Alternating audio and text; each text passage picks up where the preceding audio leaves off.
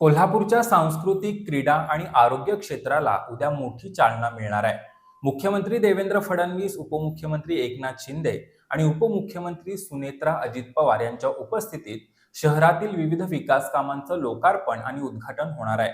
कार्यक्रमाच्या पार्श्वभूमीवर पालकमंत्री प्रकाश आंबेडकर आणि उच्च आणि तंत्र शिक्षण मंत्री चंद्रकांतदादा पाटील यांनी आज नाट्यगृहासह कार्यक्रम स्थळाची पाहणी केली.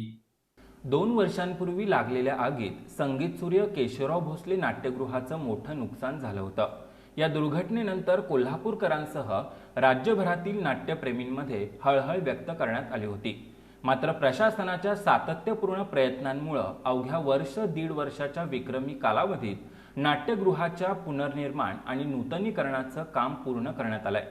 नाट्यगृहाचा ऐतिहासिक हेरिटेज लुक कायम ठेवत आधुनिक आणि दर्जेदार सुविधा उपलब्ध करून देण्यात आल्या आहेत. आपण केशवराव भोसलेला याच्यापूर्वी लहानपणापासून येत होतो, अनेक नाटकांच्या निमित्तानं, कार्यक्रमाच्या निमित्तानं, आणि त्यावेळेला जी काही सगळी अवस्था होती ती अवस्था आणि आता बघितल्यानंतर मात्र एका नवीन लुकमध्ये पूर्वीचा सगळा हेरिटेज लुक पण त्याला अतिशय चांगल्या पद्धतीने जे केलं आहे, त्यामुळं भविष्य काळामध्ये केशवराव भोसले नाट्यगृह ही कोल्हापूरच्या एकूणच संपूर्ण परंपरेला अजून चांगल्या पद्धतीने गतिमान करणार. मुख्यमंत्री देवेंद्र फडणवीस, उपमुख्यमंत्री एकनाथ शिंदे आणि उपमुख्यमंत्री सुनेत्रा पवार यांच्यासह विविध मान्यवरांच्या उपस्थितीत हा लोकार्पण सोहळा पार पडणार आहे. कार्यक्रमाच्या पार्श्वभूमीवर पालकमंत्री प्रकाश आंबेडकर आणि उच्च आणि तंत्र शिक्षण मंत्री चंद्रकांतदादा पाटील यांनी आज संगीतसूर्य केशवराव भोसले नाट्यगृह आणि प्रायव्हेट हायस्कूल इथल्या सभास्थळाची पाहणी केली.